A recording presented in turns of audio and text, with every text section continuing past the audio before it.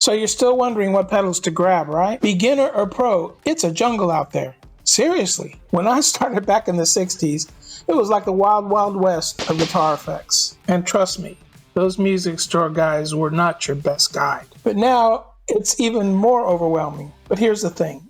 You don't have to do this thing alone. We've talked about the crazy fuzz revolution in the last video, and now we're diving deep. We're breaking down all the popular effects, figuring out what order to stack them, and even picking some wild cards that you might want to get down the line. And trust me, you'll want to stick around to the end to find out what some of these uncommon pedals will do for your sound. Ready to unlock your sound? Let's go.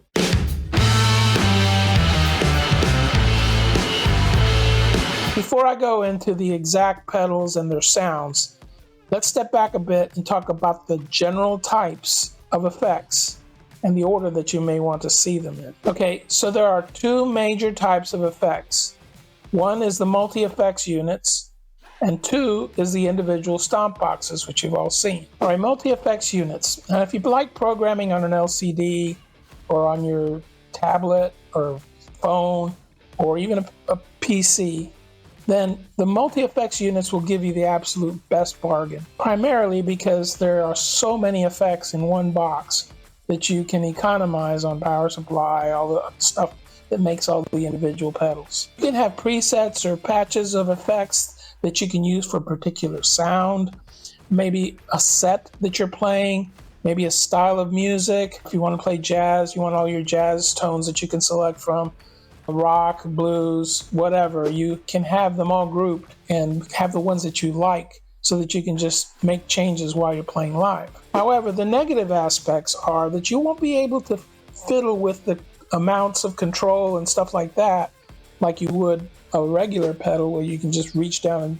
turn the knob, because these have to be reprogrammed. So it's not practical to make changes in the parameters of the effects while you're playing live. These multi-effect units can be incorporated into an amplifier, like the one I'm going to use to demonstrate the sounds in this video. Now, stomp boxes, on the other hand, as you get more and more, they'll all be at your feet. You'll be able to reach down, turn any knob that you want, tweak and change any parameters. You won't need to program anything. No screens, no tablets, no laptops, none of that required. Just reach down, turn a knob. Very simple. However, the price of each box adds up. You'll need patch cables, you need power supplies, you've got to have an effects pedal board to carry them all together because there's so many interconnections. And of course, you'll have to have power supplies so you won't have to worry about changing batteries. So the big difference is with a stomp box, it's easier to make a change on a knob, whereas it's difficult to change a group of effects that you may have put together to make a particular sound, which is much easier to do on a multi-effect unit because one button will effectively change all the patches that you have and all the effects that you want in that patch, making it much easier than stomping on 5 effects boxes at once. So let's talk about the order. The first thing you're going to do is go into what we call gain effects. Gain effects are your fuzz box, your distortion boxes, even your distorted amplifier. We can include that as a gain device. And we'll have to talk more about that later on because that's a particularly different case as to how to wire it so far up front. The next group of effects are called modulation effects. And they are things like chorus and flangers and phasers, and we're going to talk about all those. But they're basically tonal devices that change your sound in frequency ways, but we call them modulation because there's some form of modulation. Next in line will be all your time-based effect. And these are things like delay lines, reverb, the old echoplexes, all these devices that create a feeling of space and time. Long echoes, long reverb like in a hall. These are time-based effects, and they generally go last to the next group, which is just a clean amplifier. You need a clean amplifier to amplify all this to your audience. And then, of course, the very last thing is the speaker. And none of those are going to be covered here. Just remember that if you're not using a clean amp, but you want to use the gain and the dirtiness of your amplifier because it sounds really, really good, better than any little pedal might, then you want to put that into the front, which is where the gain devices are at. And we'll talk later about how to do that. So the plan for this video is to give you familiarity with all of the sounds of the most popular effects and the recommended sequences. In future videos, I'm going to show how to actually adjust these effects and the various groups of effects so that you get a better understanding of how to get your sound. But for now, we're just going to show you the gambit of all the popular ones and let you pick the ones that you relate to the most, who your guitar superhero plays, just to kind of hone in on what kind of sounds you may want to make and give you a variety of things to choose from. So in this next section, we're going to cover the first group, which is all the gain devices. Now, you can have as many of these as you want, but you probably want to start with your guitar heroes and what they use first, and then expand as you feel the need. Okay, first is the tuner. Yes, I know it's not an effects pedal, but I wanted to cover the importance and the placement of a guitar tuner. Now, if you're not using a clip or there's one in your amp, then this is the good place to put a tuner, is right in front before everything else in your circuitry. That way you'll be getting a nice clean sound to your tuner, and it will work properly and most efficiently and accurately. Playing live, the worst thing is if your guitar is out of tune. And this will allow you to adjust it quietly while you're on stage, not bothering anybody. And it makes for a very important place to put it. So it's a must-have. So you want to have one somewhere. It doesn't have to be in your effects loop, but most commonly it is. Okay, now I'm going to cover the actual gain devices in this first group. They will increase in intensity based upon the type of pedal they are. But just like some people like hot sauce mild, medium, hot, extra hot, Indian hot, the pedals are the same way. The softer ones are for different types of music than the really hard and heavy ones, which are generally for metal and those kind of things. So that's how you should look at these effects, so that they will suit your style. If you like variety, you may eventually buy them all. And some of us do, especially if you play a lot of different styles of music in a cover band. Okay, number one, the mildest one of the bunch is the boost pedal. This pedal simply increases the volume of your guitar, and it's used so that you can have a clean boost for solos, or just to increase the fattening effect of your sound. Maybe even go into a slight crunch from your clean amp, depending on how you have things set up. There are many different types of examples of these clean boosts, but they're all pretty much the same. So let's listen to what a clean boost can do.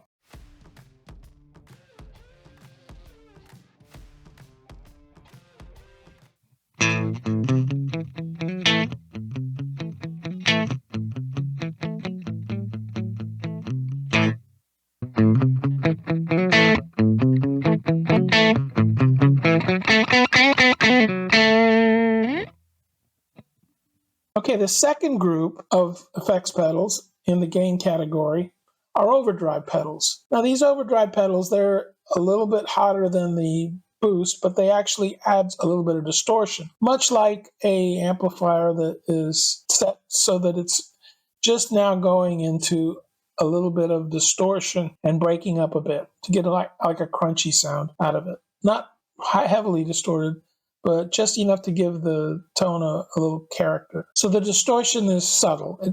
It preserves the natural tone of the raw guitar. It's great for blues, rock, and country. So let's see what overdrive sounds like now.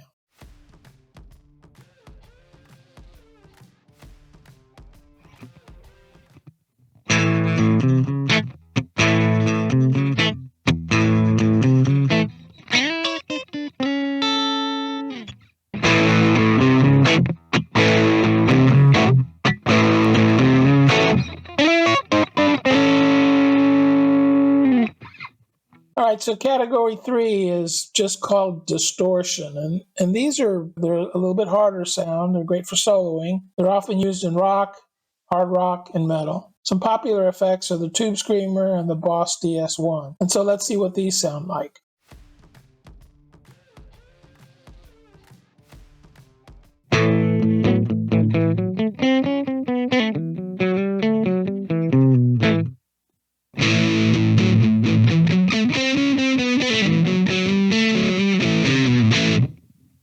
Okay, so the number 4 pedal is Fuzz. Now, we talked about Fuzz in the last video, and as you know, this distortion can be very heavy, It can be moderated, but it's somewhat bass heavy and it's noisy. The amazing thing about it is the range that you can actually turn the volume knob on your guitar and bring it down to where it's sort of almost clean and just a little bit crunchy, but it's generally very clean and it cleans down very nicely. So it's a very interesting pedal, very hard to get it set up right. If you don't know what exactly to do to get it to sound right. But it's definitely one of the gain devices, and it should be in the front group of effects that are gain related. And so let's see what that sounds like again.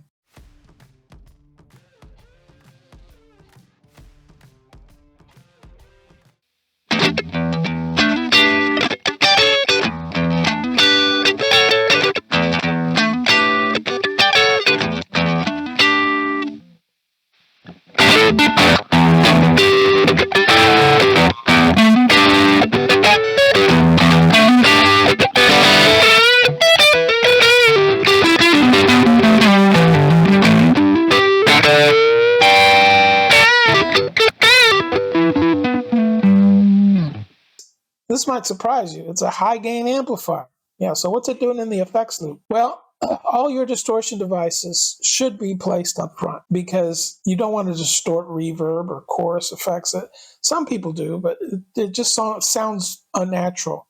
And so if you want to have a good setup that will allow you to replicate most of the songs that are out there, you want to put your high gain amplifier. We're talking amps like an EVH 5150, a Mesa Boogie rectifier, a Marshall JCM 800, high gain amps, usually associated with really hard rock or metal. If you have one of these amps and you want it to be a part of your sound, you need to group it with the first group of pedals. What that means is you'll have all your first group of pedals in front of that amplifier in case you want to vary the sound. But that amplifier itself will have a clean and hard sound as well, which should be like dialing in that effect. The rest of the devices that we're going to talk about in the next two categories will go in what's called an effects loop. And these are placed in most modern high gain amplifiers so that there's a send and a return signal. And that you can put a loop of pedals in it that will affect the sound after the distortion in the amplifier and your distortion effects. So basically you get all your distortions done up front in the beginning.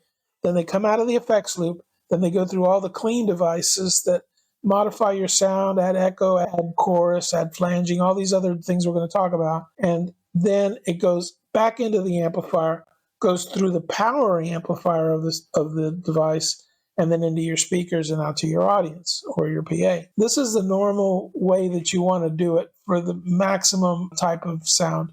Other things you could do is you could have all these effects into your board. You'd have to have a sound guy that's going to activate them. But it's much simpler for you to activate them, especially in a small band where you don't have a sound guy that's that sophisticated. So for that, I'm just going to show a few modeled amps that you might want to do this. And I'm going to throw in some effects at the end of that, just so you can see how the chain will work post the amplifier, after the amplifier. Okay, in this next section, I'm going to cover the 4 most popular modulation effects that are out there. Side note, if you are recording at home or in a pro studio, all the following effects can be done in the studio mixer, whether you're using Pro Tools or Cakewalk or some other software to do your recording.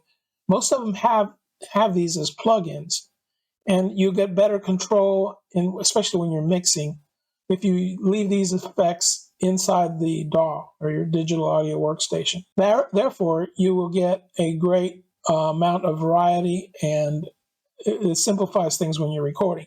Of course, during live, these have to come in the following order. So let's get back to it. Okay, these are all effects that are clean in nature and do not clip your sound like the first group of effects. These should be done after distortion and will lend itself to either being in the effects loop or being further down the chain before you go to your clean amp. The first one is chorus. This is a very popular effect. What it does is it actually duplicates the signal and then delays it and changes the delay slightly, altering the pitch and the timing. And what this does is it gives you a very swirly kind of enriched sound of like multiple guitars playing. And it can create a really dreamy effect, especially when you're playing a soft, gentle rhythm, or it can add a bit of complexity while you're playing a solo.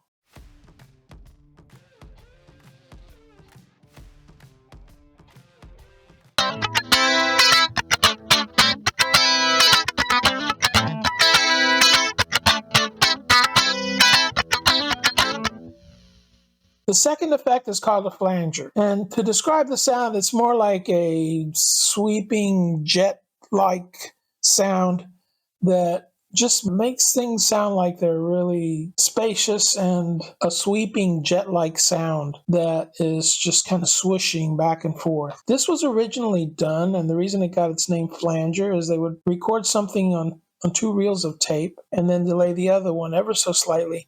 And the two would either end up in phase, or one would be a tiny bit ahead of it. Then when you pressed on the other flange, the other reel would slow down and the other one sounded like it had sped up.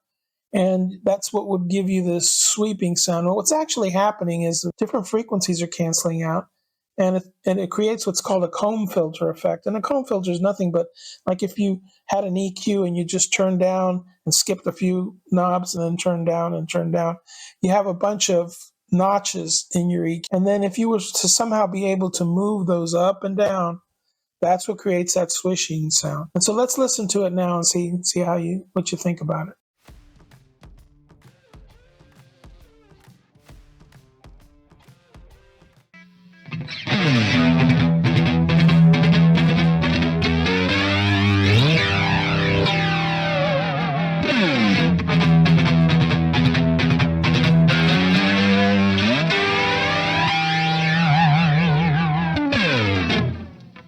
So the third device is called a phaser. Now, the phaser was actually the Univibe that Hendrix played. That was the first phaser. This is basically all electronic. This wasn't simulating something that they had done with reel-to-reel tapes. They used a all-pass filter, but that all-pass filter could change the phase, or like the delay of the frequencies in it. And what would happen is you would get this swirling psychedelic effect that was playing a little bit like maybe a speaker swirling around too. They typically produce a subtler, more watery kind of swirling sound, if you will, compared to a flanger. The more modern day phasers are a little bit more controlled, a little bit more detailed. They have much more refined circuitry than the original Vibrolux. And we'll play some of both examples in the next clip here.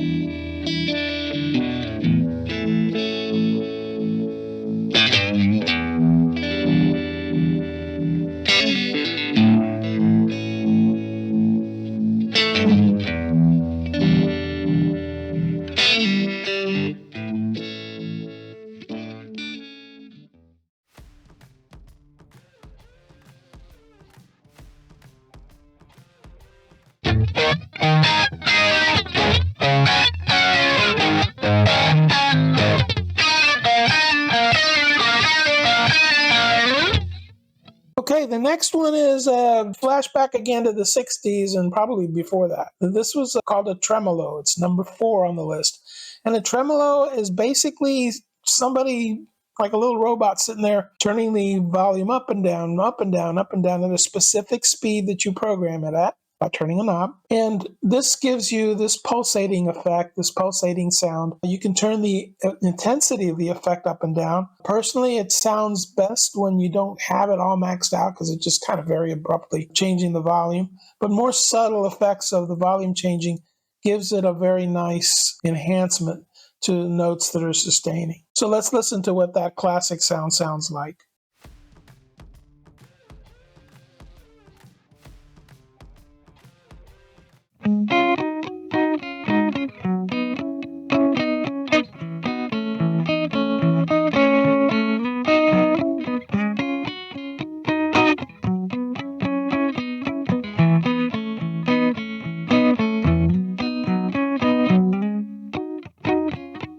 So now let's get back into our third and final group of effects, and these are called time-based effects. In this section, I'll cover the 2 popular time-based effects. One is delay, and the other one's reverb. And there is a big difference between the two. So let's listen to the first one, delay. Now this can be described as echoes, ranging from very short repeats, where you can't barely perceive that it's an echo, to very long repeating effects. And the effects can actually be varied in the length of time, the intensity, and how long it takes for it to die down. Because you don't really want them going forever. Although some people have done it that way, just depending on the effect you want. So let's listen to some of these and see what you think.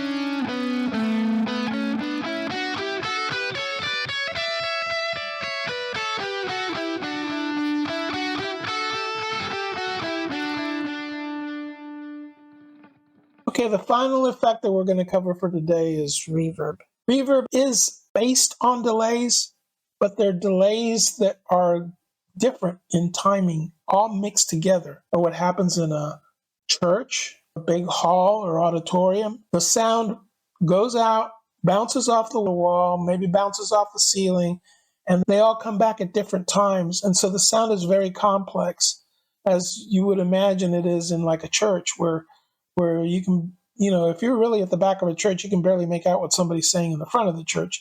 It's just because there's so many bounces, it's very confusing to pick out exactly what was said. Of course, the closer you are to the person or instrument in the front of the church, then it sounds clear. And so you have this great variety that you can control in these reverbs and simulate the spaciousness from a room where you get a sound, it goes back and it slaps back almost instantly, or a really large space where the sound can go on and on. And so let's listen to it now and see what you think about it.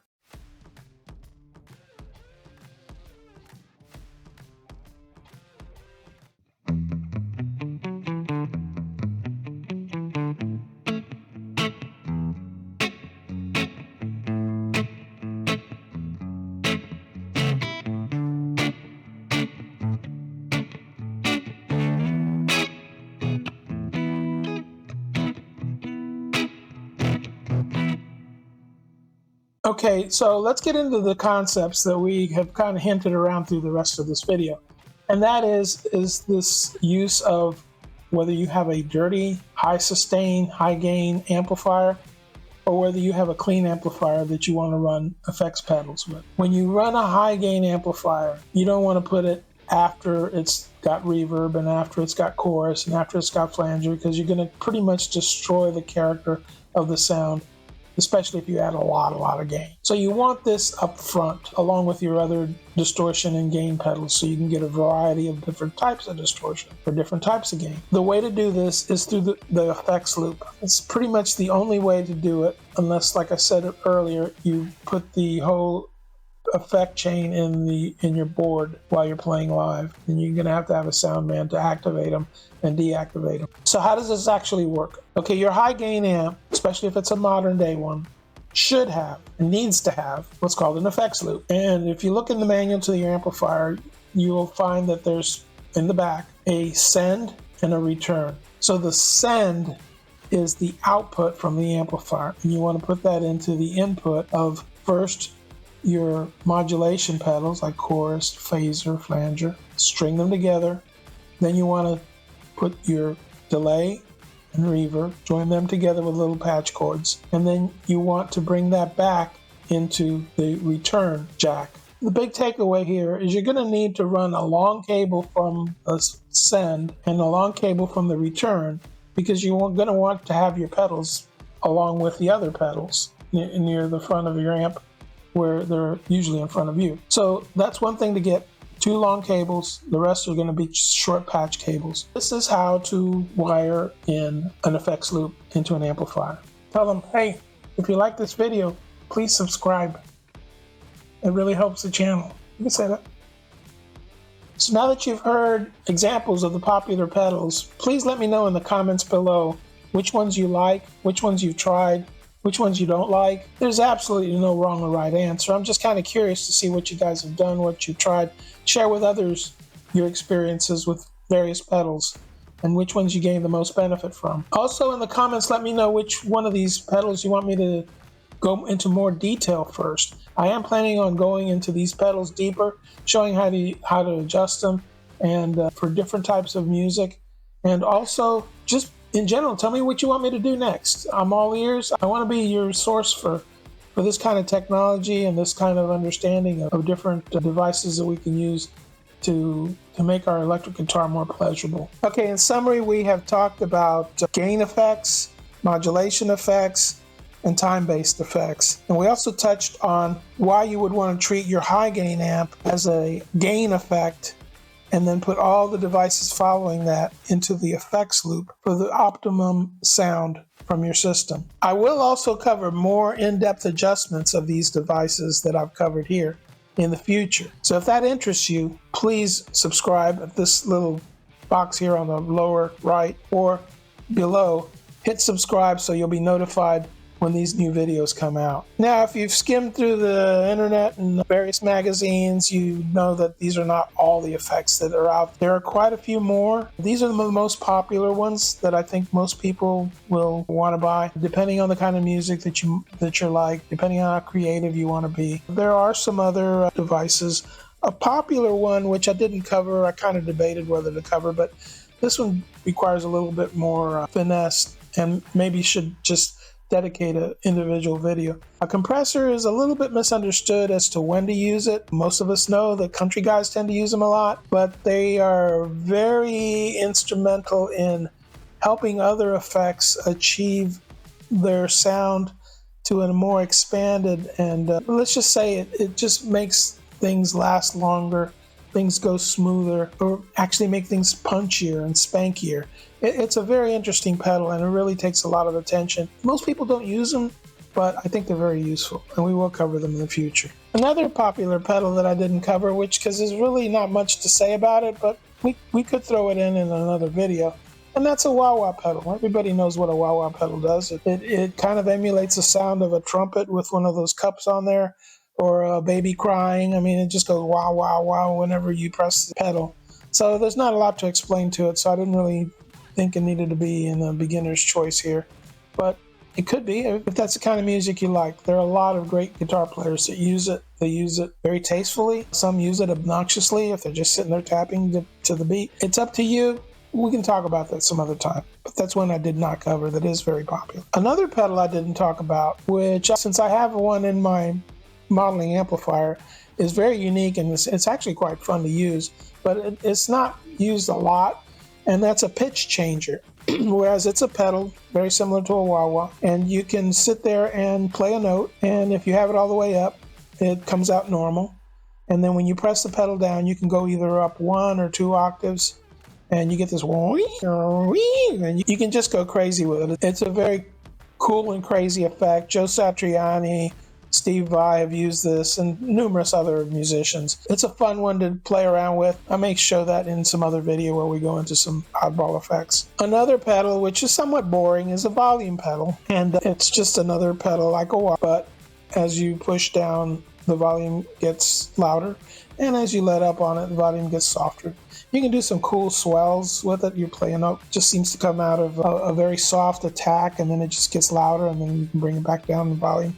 You can use it to just adjust, the mix of your band while you're playing live. There's just many reasons to play. You can use it to just turn off and just watch your tuner, and tune your guitar without everybody hearing what you're doing. Another interesting pedal is one that I actually bought because it wasn't inside my amplifier, but I do like to do recording, and I do like to record stuff late at night, and that is a very specific effect that generally only happens when you're on stage playing, with 100, 200, multiple 100-watt amplifiers behind you, or it can even be done with a small amplifier. I'm just kind of exaggerating, but the bottom line is you got an amp that's cranked up really, really loud, and it's so loud that it vibrates the wood in your guitar, and it generates a feedback that's not a squeal. That's really bad feedback. That's usually caused by microphonics in the pickups, which wax takes care of that, but that's a whole other video. What it does is it vibrates the wood, and it vibrates then in turn the string at that note. And so you get this long drawn out note that seems to ring forever, And, Santana popularized that. A lot of musicians do, especially when they're live. But they can do this in a studio, but you have to crank an amp up. It only happens at a certain level. And I recently watched a video lately that, you can actually mark spots on the stage where the effect is maximized, so that when you want this effect to happen, you stand on those effects. This is on the Music is Win channel. So even when you have a clean guitar tone and you don't have a loud amp, you can be plugged into a board recording. So it's a really neat pedal, and I'd like to feature that at some time. The next effect is not really an effect, but it's a really fun pedal that you can play with, and it's called a looper pedal. And what's cool about this is you can just sit there and play a little rhythm, some 4 chords, and then press on the button and it starts repeating. And then you can add, say, some sort of bass line. You can pick up a bass, change it out, and then hit the record, and then add a bass line to it. And then you can, sit there and bang on your guitar and add some like pseudo drums. Then you can have all this going on, and it sounds like you got a band playing backup, and you can play a lead along with that. There's a lot of people on the internet that do looping. This is a very simple way to get into looping. You have to kind of loop live. I mean, really, really live. And there's no other way about it. You can't have pre-recorded loops. Well, I guess you can in some instances. Anyways, my amplifier has one that I don't really like that much, but I bought this little inexpensive looper pedal. I'll put it in the links below so you can maybe get one. It's not an effect, but this should go at the very end of all your effects before you go into a clean amp, or before the effects loop goes back into the return. So that would be the place that you put it. Now, of course, it takes a little practice. You got to hit it smack on the beat, and otherwise you'll get out of sync. But they're really fun. Now, there are many other specialty pedals, some which I couldn't remember today, but we'll see what you guys are interested in, and I'll take a look at it and maybe make a video about it. So please leave in the comments below. If you enjoyed this video and you want to see more videos like this in the future, please subscribe so you won't miss a thing. Just click on the red icon, like I said, back in the bottom right here, or click in the comment section below. There's a place to subscribe, and share the video with your friends. That helps us get the word out to more people. The YouTube algorithm picks up and sends it to more people. The more activity that we get on this channel, the more information I can get out, the more people I can help. So I sincerely hope you enjoyed this video. Check into the description below. They'll have some affiliate links to a lot of the best deals on various effects and effects loops. You won't pay any extra for them. I'll get a very small commission, which can help me buy more stuff so that I can show you how different things work on this channel. And I appreciate your support, and keep on playing.